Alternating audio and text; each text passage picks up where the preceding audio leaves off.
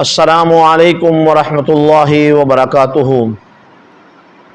ایک مرتبہ پھر آج آپ سب کے سامنے ایک نئے سوال کے حوالے سے میں حاضر ہوں۔ وہ سوال یہ ہے کہ نماز کے اندر دو سجدے کیوں ہیں؟ نماز کے اندر ہم دو سجدے کیوں کرتے ہیں؟ اس کی کیا وجہ ہے؟ تو اب علماء کرام اور صوفیاء عظام انہوں نے اپنے اپنے طور پر اس کی حکمتیں بیان فرمائی ہیں، اور ہر ایک عالم، ہر ایک صوفی نے جو سمجھا، وہ علم ان کے پاس تھا، اسی کے مطابق انہوں نے اس کی مختلف توجیحات بیان فرمائی ہیں۔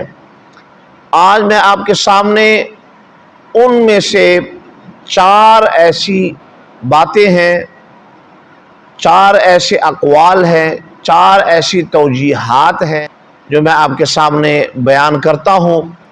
سب سے پہلی وجہ جو ہے، بعض حضرات نے یوں کہا ہے کہ چونکہ سجدے میں عجزو اور انکساری تواضع بنسبت رکوع کے بہت زیادہ ہوتی ہے، اور اللہ تعالیٰ کے قریب بندہ زیادہ ہوتا ہے، اس لیے رب تعالیٰ نے بندے کو دو مرتبہ جو ہے سجدے کا حکم دیا ہے، تاکہ وہ بار بار اس کا عملی مظاہرہ کرے اور عز و انکساری جو ہے وہ اللہ کے بارگاہ میں کرتا رہے۔ اس لیے جو ہے سجدے کو دو مرتبہ رکھا گیا ہے رکوع کے بنسبت، یعنی رکوع ایک مرتبہ ہے اور سجدہ دو مرتبہ ہے۔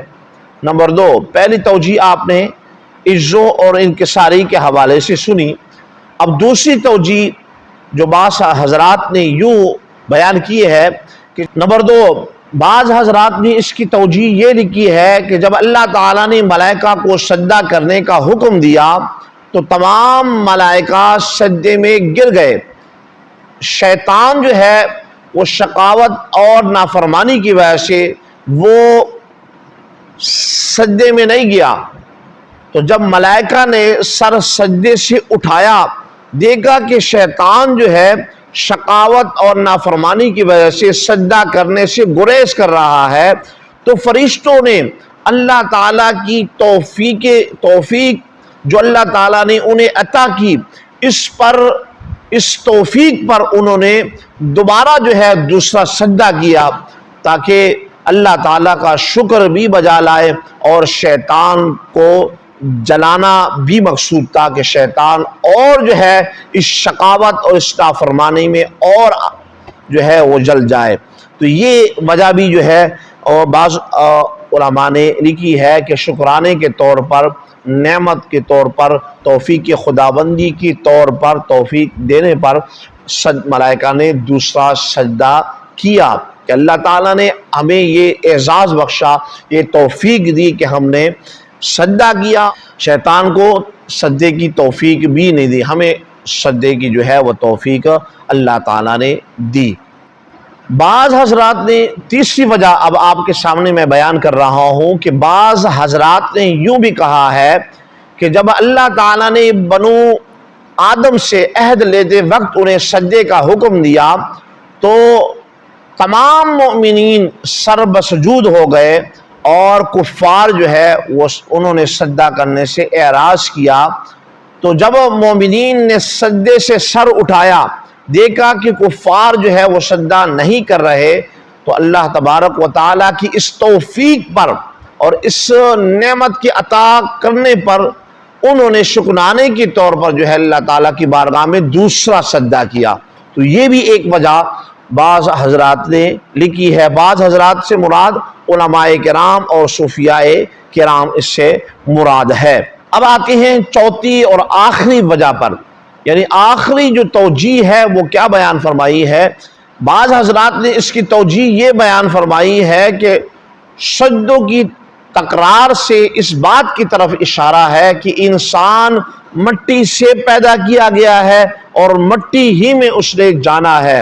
اس لیے مٹی سے پیدا کرنا، مٹی میں جانا، جب بندہ سجدے میں سر رکھتا ہے تو وہ اس بات کو ذہن میں رکھے کہ میں اس مٹی سے پیدا ہوا ہوں. مجھے غرور اور تکبر اور اکڑنا میری صفت نہیں ہے. میری صفت یہ نہیں ہے، بلکہ میرا جو کمال ہے، میرا جو بلندی مرتبہ اور میرا جو اعزاز ہے اور میری جو شان ہے وہ یہ ہے کہ میں عز اور انکساری کرتا رہوں. ان عز اور انکساری کو ہمیشہ اس پر قائم رہو اور اسے اپناتا چلا ہوں. کیونکہ جو عز اور انکساری کرتا ہے اللہ تبارک و تعالی اسے بلند مقام اور مرتبہ عطا فرماتا ہے.